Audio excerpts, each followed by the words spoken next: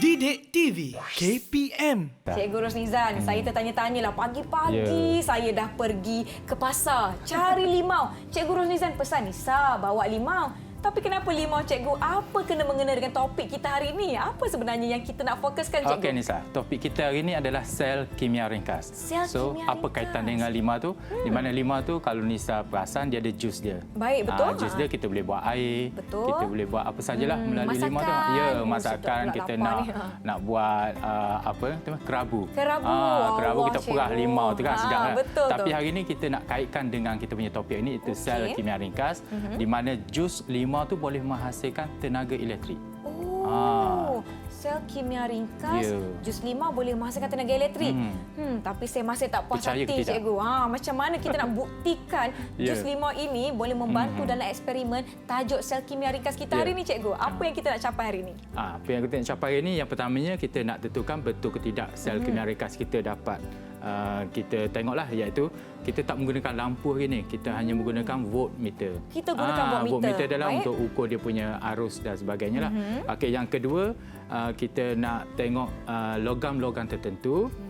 Dari segi situ bagaimana bateri dihasilkan. Kalau ada logam, pelbagai jenis logam, maka bateri-bateri tertentu dia mengikut nilai-nilai watan tertentulah. Baik. Saya rasa saya dah tak sabar-sabar untuk membuktikan apakah yang limau ini akan orang kata apa beri kesan ataupun beri keputusan kepada eksperimen kita hari ini. Jom cikgu, kita Nisa mulakan. Saya tak sabar. Apa yang saya perlu lakukan? Yang ni baik. Ada voltmeter kita. Okey. Nisa boleh cubalah. Yang di hadapan saya ni ya cikgu. Ya betul Nisa. Okey, di hadapan saya ni murid-murid di rumah, jom. Nisa nak tunjukkan kepada mereka, kita ada voltmeter yang disertakan dengan ini namanya klip buaya, betul cikgu? Ya, betul Nisa. Klip buaya. Okey, kemudian saya nampak ada dua jenis logam dekat sini. Kita ada paku besi. Okay, kita ada paku besi. Berhati-hati murid-murid, paku besi ini tajam. Kemudian kita ada logam, saya rasa ni zinc. Betul tak cikgu? Betul, zinc. Betul. Nasib baik. Mata saya masih lagi berfungsi dengan baik. Masih lagi ingatlah apa yang belajar dulu. Masih ingat lagi. Ini adalah logam zinc dan kita ada paku besi. Baik. Macam mana ni cikgu? Cikgu nak tunjukkan dekat saya ke atau cikgu nak uji saya macam mana? Nisa dulu buat, saya tengok dulu. Saya buat? Saya tengok dah jauh. Boleh? Okey, saya cuba. Di tangan saya ada yang ni kita panggil inquiry penemuan. Inquiry penemuan. Nisa cari dulu apa dia punya kaedahnya, bagaimana dan dapat ke tak hasil tu. Iaitu kita nak hasilkan tenaga. Cikgu, saya berdebar cikgu. Saya berdebar. Okey, jom. Itu perkara biasa berdebar. Kalau tak berdebar nanti susahlah nanti. Betul, okey. Saya ada limau di tangan saya.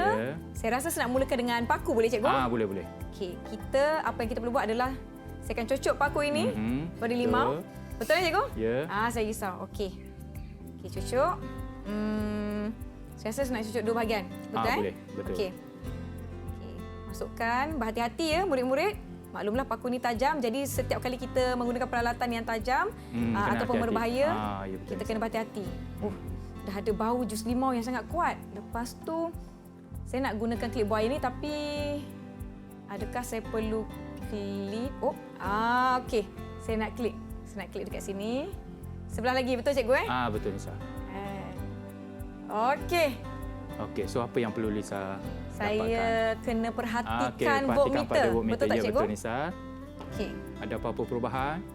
Sekejap, saya kena betulkan ni. Takut nanti ada pula sambungan yang tak berapa tepat ke kan? Tak kena ke? Alamak. Saya nampak dia macam bergerak sikit tadi. Betul ke ni? Ke wayar-wayar saya? Okey, nak cuba ni. Macam mana cikgu? Ada apa-apa perubahan?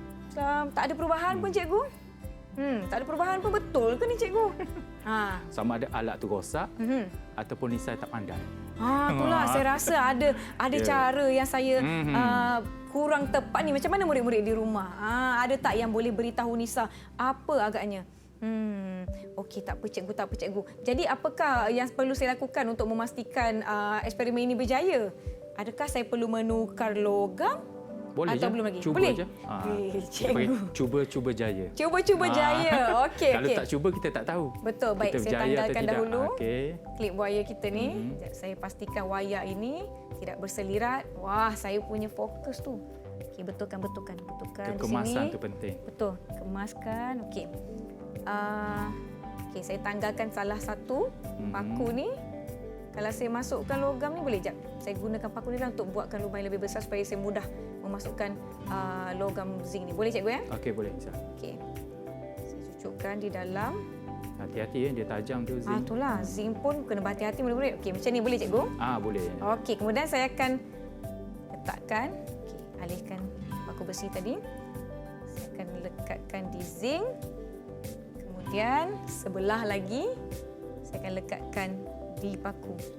Oh, cikgu, saya nampak dia dah naik cikgu. Dia dah naik sikit jarum voltmeter ni. Betapa excited ni bila berjaya. Ya, mestilah saya teruja cikgu. Dia Nampak tak lompat je. Bacaan dia, jap cikgu, saya lihat bacaan dia kosong. Jap saya pusing. Maklumlah ketepatan aras mata pun kena penting. Meniskus ya, betul pada jarum berkenaan. 1, 2. Saya rasa ianya naik kepada bacaan 0.3. 3. Okey. 0.3. 2. 0.2. Dia punya unitnya adalah volt. Volt. 0.2 volt. Cikgu, kenapa bila saya gunakan kedua-dua batang paku tak naik pun jarum voltmeter, tapi bila saya tukar logamnya, ada perubahan bacaan voltmeter cikgu. Okey, so Nisa nak saya explain lah ni, saya bagi penerangan boleh, lebih detail lah. Ke Nisa nak bagi penerangan? Saya nak minta cikgu menerangkan supaya saya lebih memahami. Yang tadi saya tengok je Nisa buat, yang tu biasanya kalau murid-murid kita di rumah, dia dapat suatu benda, dia cuba nak tahu. Betul. Nak tahu, yang tu kita panggil inquiry penemuan. Sebabnya kita tahu yang limau tu biasanya kalau murid-murid kita jumpa, dia potong, dia akan buat air. Okey, so dia boleh rasalah limau tu sedap ke tidak, masam ke, masin ke dan sebagainya. Okey, tapi yang ni sebab kita nak kaitkan dengan pembelajaran kita hari ini, so apa yang perlu kita buat adalah kita perlukan beberapa alat radas lah. Contoh tadi yang Nisa gunakan iaitu voltmeter dan wayar penyambung dengan klip wayar. Wayar penyambung dengan klip wayar. Kalau tak ada klip wayar pun kita boleh je guna punya wayar yang hujung tu, kita lilit je betul Nisa. So yang ni nak mudahkan Nisa ke klip je lah. Kalau lilit nanti takut nanti merosakkan jari lah. Okey. Dan yang pertama tadi saya tengok Nisa buat dua-dua paku. Saya tak cakap apa-apa, Nisa buat je. Dan Nisa tengok adakah voltmeter ni rosak sebabnya dia punya jarum tak naik. Betul, tak ada perubahan bacaan. Ya, betul. So satu lagi ada kepingan zinc. Kepingan zinc bila kita tukar, bermaksud dalam tajuk kita ni, apabila kita nak tengok pengaliran arus elektrik, maka dua logam yang berbeza perlu dicelup ke dalam, kita panggil kalau yang tu jus limau, kalau kita perah dalam bikar kita panggil dia punya elektrolit. Elektrolit barulah dia boleh mengalirkan arus elektrik, bermaksud ada tindak balas kimia dan dia akan menghasilkan tenaga elektrik. Yang tu perubahan, kita panggil perubahan tenaga. Sebab tu kita perlukan dua logam yang berbeza. Yang tu dia punya syarat utama untuk menghasilkan tenaga elektrik. Baik, syarat utama ialah menggunakan dua logam berbeza.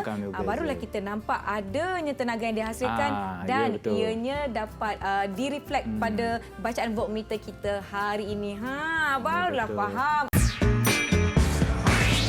Didik TV KPM